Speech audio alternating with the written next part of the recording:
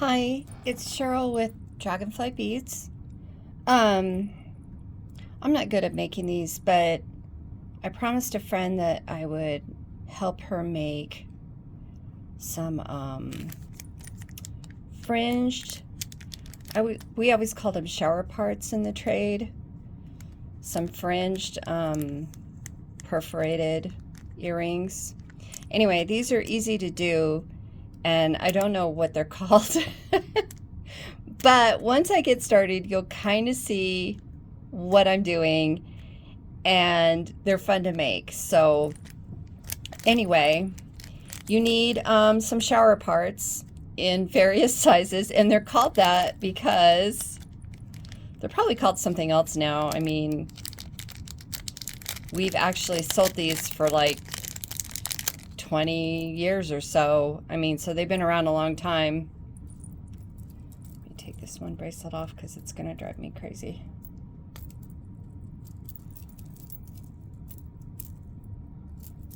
Okay, goodbye, blue topaz. All right, so they're called that because they're these perforated, domed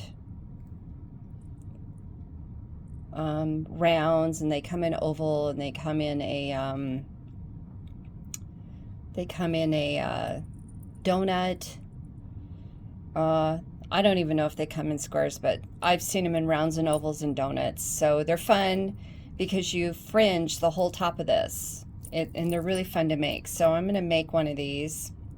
My color scheme is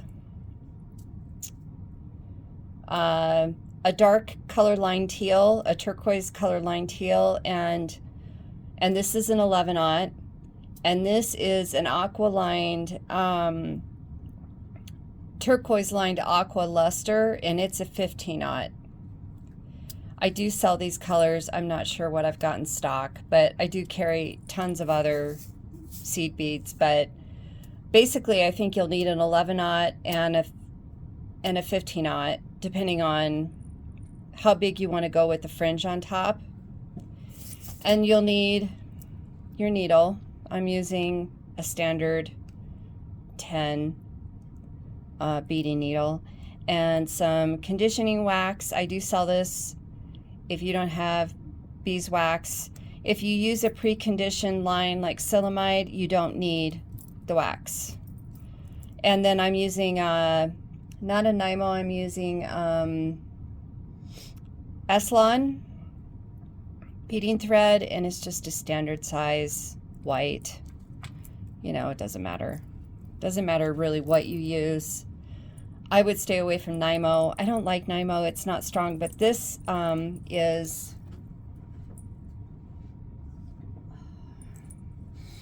Eslon, and I sell it by the bobbin for $1.20, and it's got a really nice tensile strength, and so it holds up pretty well for this kind of project.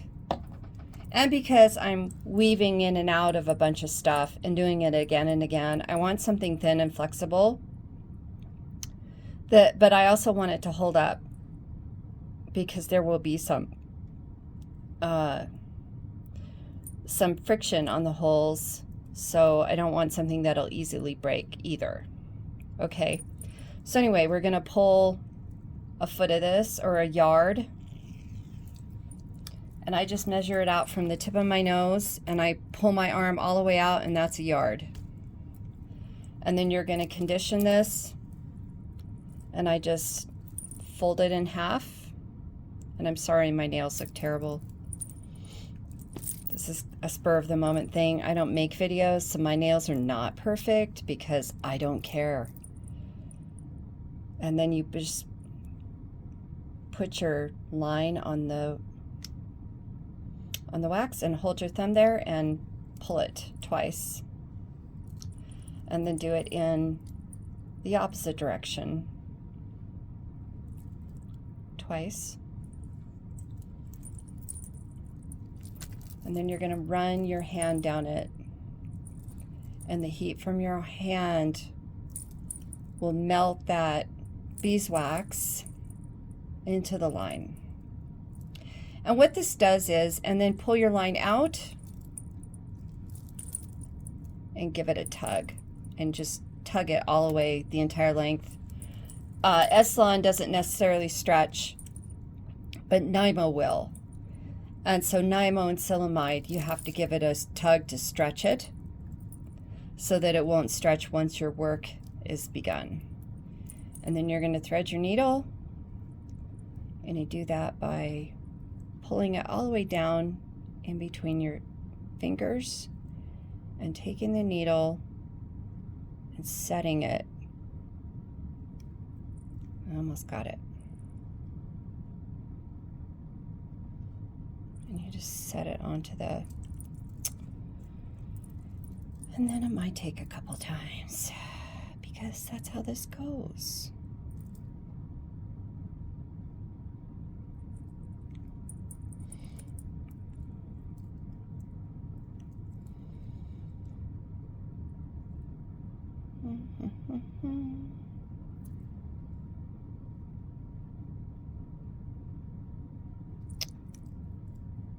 I might have to change the hole on my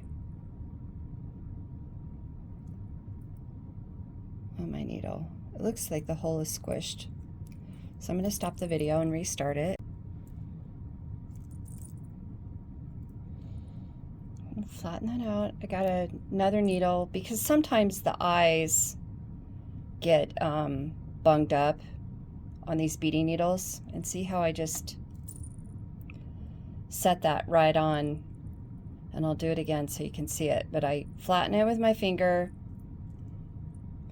and pull all the way down, and then I just take the eye of the needle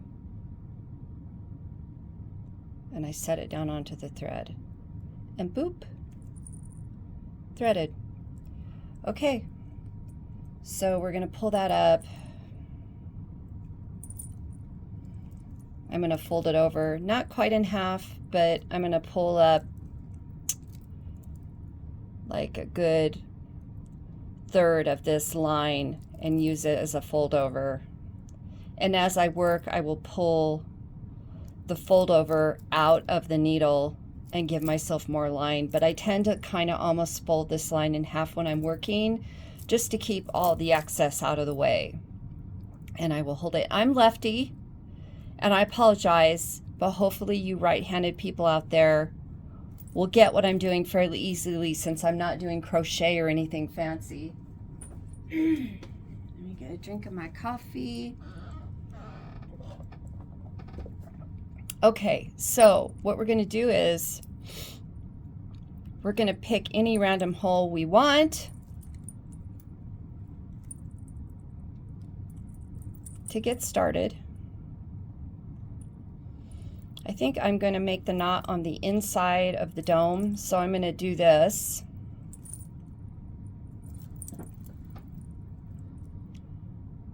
Okay, and so what I've done is I've just threaded it through two of the holes on the edge and made it so that the line is on the inside of the domed portion of the round, and I'm going to make a knot there. And just do a plain old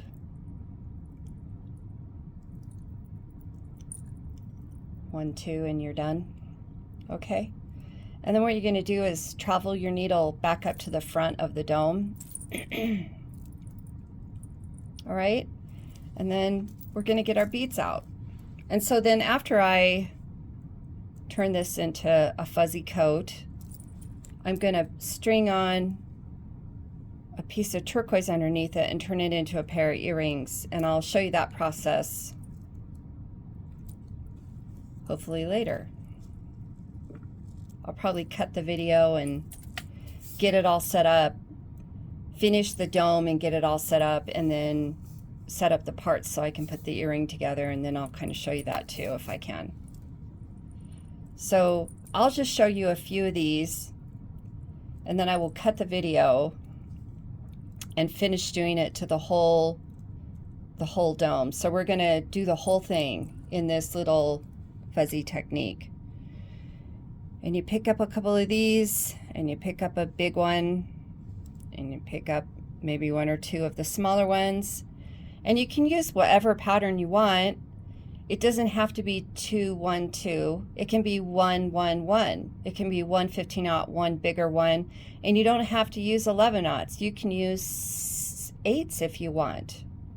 You can use whatever you want to do this with. And you're just gonna go up one hole, grab the beads, and go back down the same hole. And you're going to do that on every single hole in this, on this piece. So yes, it is a little time consuming. Super fun. Do it, what I do when I'm doing seed beading, I do it in front of my television at night. So I can watch something and mindlessly do this. So there you go. And so the more 15-aughts you add, the more you'll see that color in your finished design. And since I'm kind of working with turquoise, I think I want to see those 15s like that. So I'm going to leave them. I kind of like the way that looks. And I'm going to go ahead and keep going.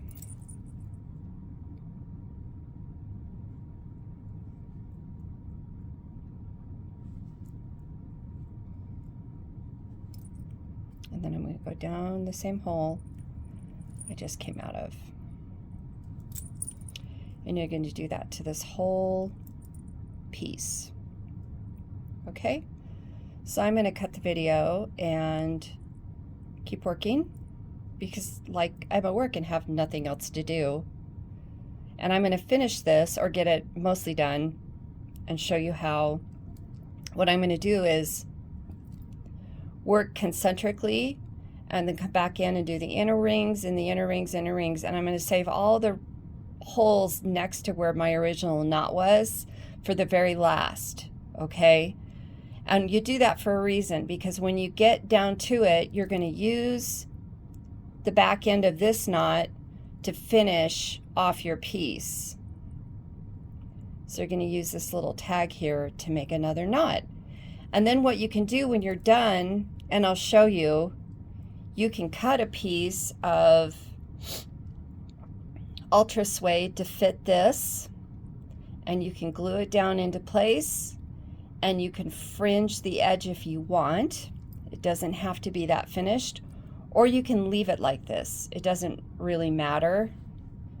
I like it when it's finished a little, but that's because I've been beading for a very long time, and it's not beading unless it's overly complicated. It's just, if you're a long-term beader, you'll know exactly what I'm talking about, because it won't feel like you're beading unless it's too complex. So you don't have to finish the back if you want. If you use a thread that is a gray covered thread, you really won't see as much as the contrast as the white I'm using. So I do sell a Conso thread that is Toho, and Toho, it's like an Eslon. It's a nice high density thread that has a high tensile strength, and it they come in bobbins and they come in colors, so you can get like a silver that'll match your metal, and you can work a piece like this and not see so much thread work on the back if you decide to leave it that way. Me, I'll use what I have, because that's how I'm a make it work person, and I'll use what I have, and I'll just glue ultra suede in there to fit that piece. And I might decide to picot the edge, but if I do that, I'll make sure I get it on video so you can see what I'm doing. So I'm going to finish this, and I'll come back in a few minutes and show you what I've done. So as I work, one thing, work the holes next to each other. Don't do a hole here and then reach all the way around and over the back and do a hole over here, because that makes for messy work. Also, these will seem loose, but as you're working, you will Oops, yeah, I did get that right. You will actually pull the looseness out of your work. So you're gonna like beat a hole and it'll seem loose. Don't over pull it either. Don't make this super, don't pull this so tight or it's like, don't do that. Just pull the thread back through the hole and the needle to the next hole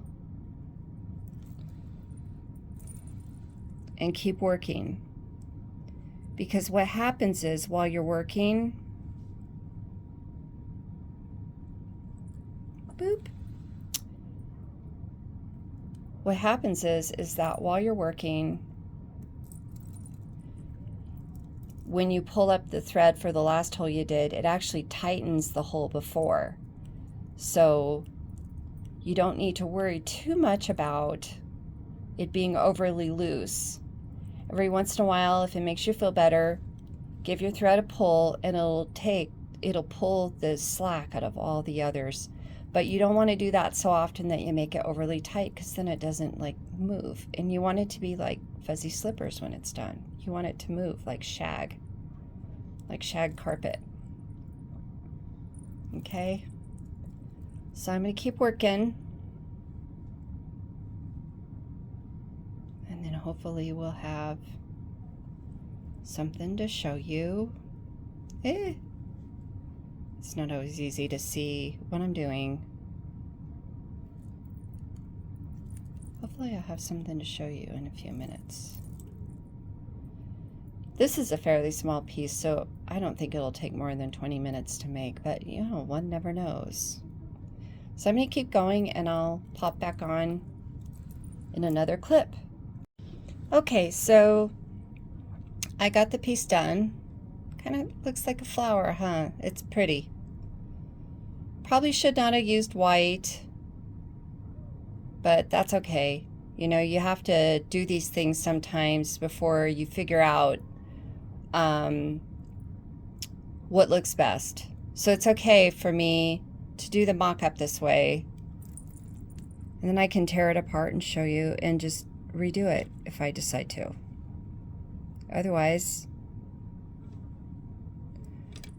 who's gonna get nostrils length close to me to see that I used white thread? I mean, from a distance it looks pretty, right? See? So this is my last one. Oops, sorry, I'm just not good at these. And then you flip it over and see what I meant about leaving the tag from the first knot, because your last bead through ended up right next to where your other knot is. So now you can tie these two together and you're done.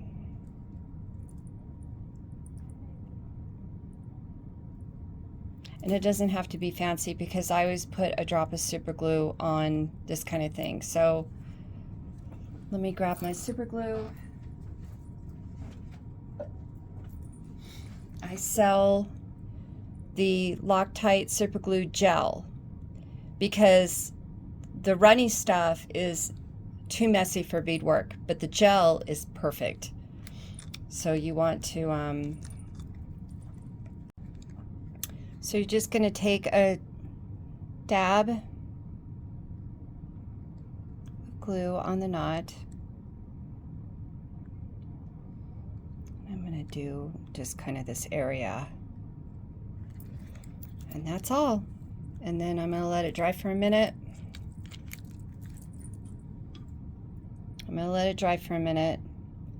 And then I'm going to cut this off, and it's done. And it looks pretty. It'll be pretty. That'll look nice. Anyway, and I'll show you how I measure the ultra suede, and then get this ready to be put together and paired with this, so you can see how I do that. Okay, so I'm back and I've got the piece jump ringed, and I went ahead and put my finding for my ear wire right onto the shower part, because I'm gonna glue this in here, and I want those pieces to already be in place so that I don't have to poke holes through that. And I could easily, if I had a beading awl, which I do, you could poke a hole through the ultra suede and string your findings right through the ultra suede, but I want to avoid doing that, so I'm actually going to do it this way. You can do it however you want. That's the joy of beading, is that the way I do something is not how somebody else might do something, and that doesn't mean it's wrong. So it's however you work through how you want to do it. If it's how you do it, then that's the right way. So there's no wrong or right way in beadwork, except for some beading techniques. You know, you got to use the right pattern and to get the design in the seed beads, or you have to use, you know, the right pattern in the wire work. That kind of stuff matters. But anyway, so we're going to set this off to the side. And now what I did was I always keep ultra suede scraps, always, because this is enough to use for something. And guess what? It was enough to use for something. See how that fits beautifully right there? Perfectly. And so now I'm going to go ahead and measure that, and I'm just using a marker, a fine tip marker. You could use anything as long as you can see the line. I don't think I would use a permanent marker on the lighter colored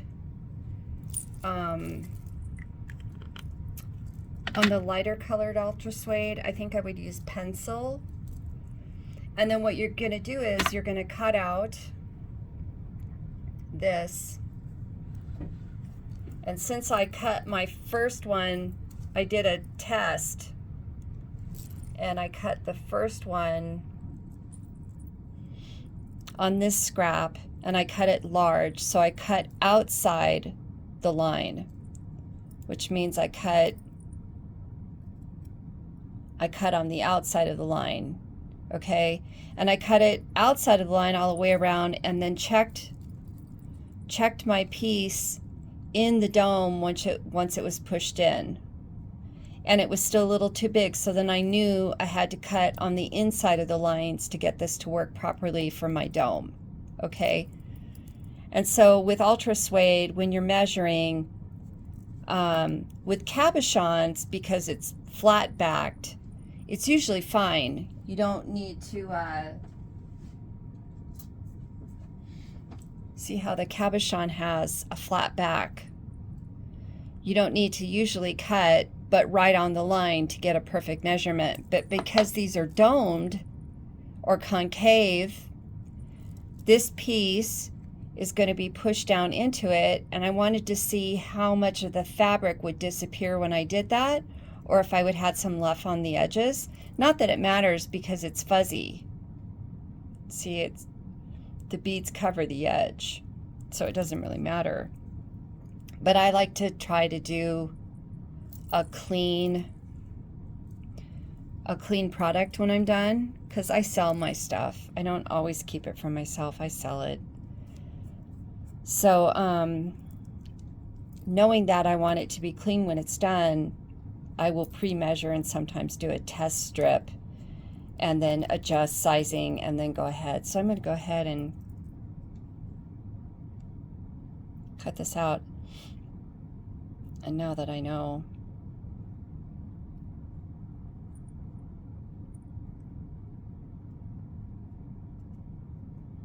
I'm just going to slowly cut.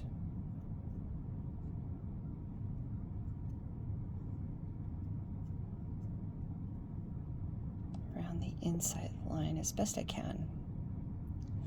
more than likely it will not be perfect, and that's okay. It doesn't need to be perfect.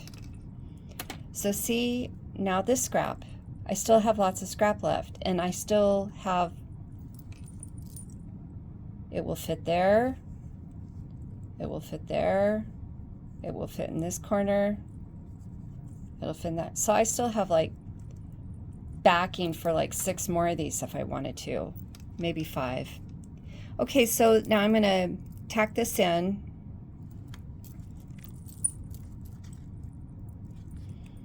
And it doesn't need to be fancy, but I'm gonna tack on the edges.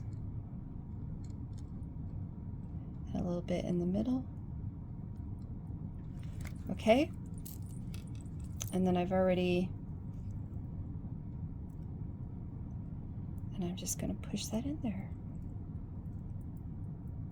Just like that. It doesn't need to be more than that. You don't need to overdo it.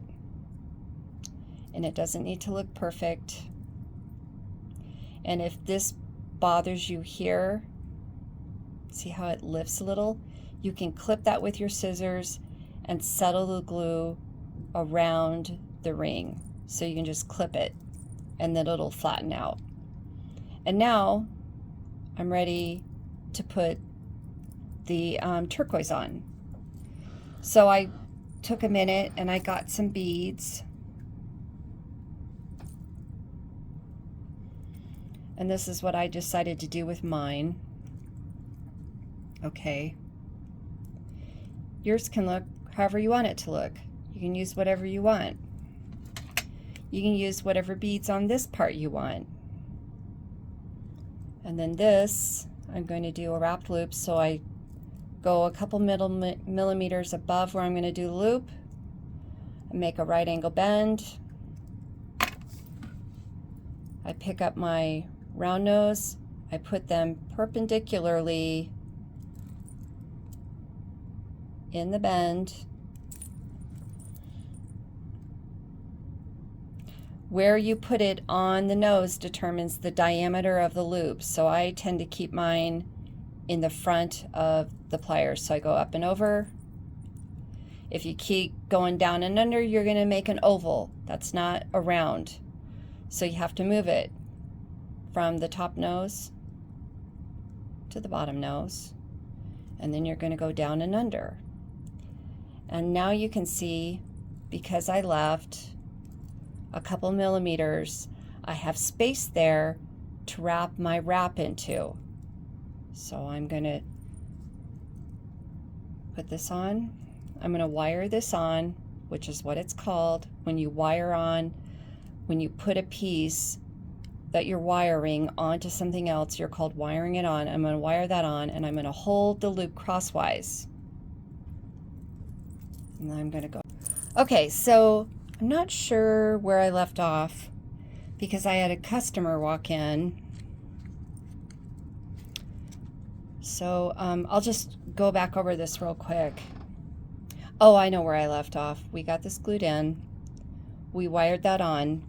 And then we hold this crosswise and we wrap our tail into that 2 millimeter space we left before we made our right angle bend to start the wrapped loop. Okay? So then once you get to this point,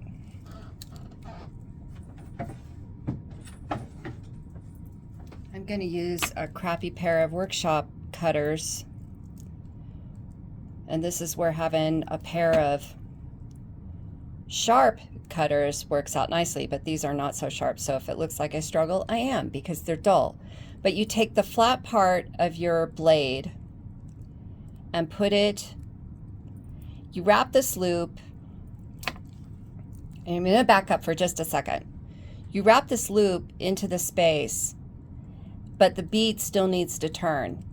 If you've made this too tight, this whole assembly wrapping this loop, the bead won't turn and you could crack the bead and break it. And that's true of glass and gemstone. So beware of wrapping your loop that you don't overwrap it. You want your bead to turn, but you want this space here to be full of the coil. So once you've hit that perfect medium, that perfect spot where the coil is taking up the space, there's no slack in your project and the coil is in that space and the bead still turns, then stop. Stop wrapping your loop. Put your pliers down, pick up your cutters, and use the flat part of your cutter against your work. You never work with the divoted part of your cutters towards your work, never, because you can't see what you're doing. So always work with the flat part of your blade against your work so you can see what you're doing. See how you can see down in there, into there? So you're going to put that against your work and you're going to cut. And we have the wrap loop with a little thing that sticks up. I call that the pokey. You're going to place your round nose back on your loop and you're going to take your flat nose plier and you're going to just give that a squeeze. And that will tuck in that piece that's poking out.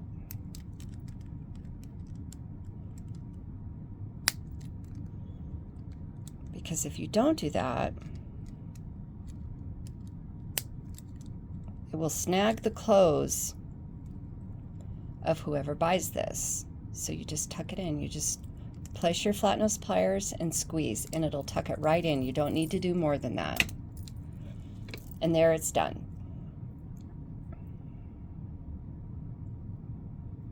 Isn't that cute?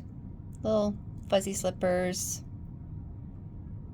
A little turquoise. I think those turned out cute. So I'm going to finish the other one, and I'll do a picture of the finished set when it's done. Thank you for joining me, and I'm sorry for all the cuts. Have a nice day.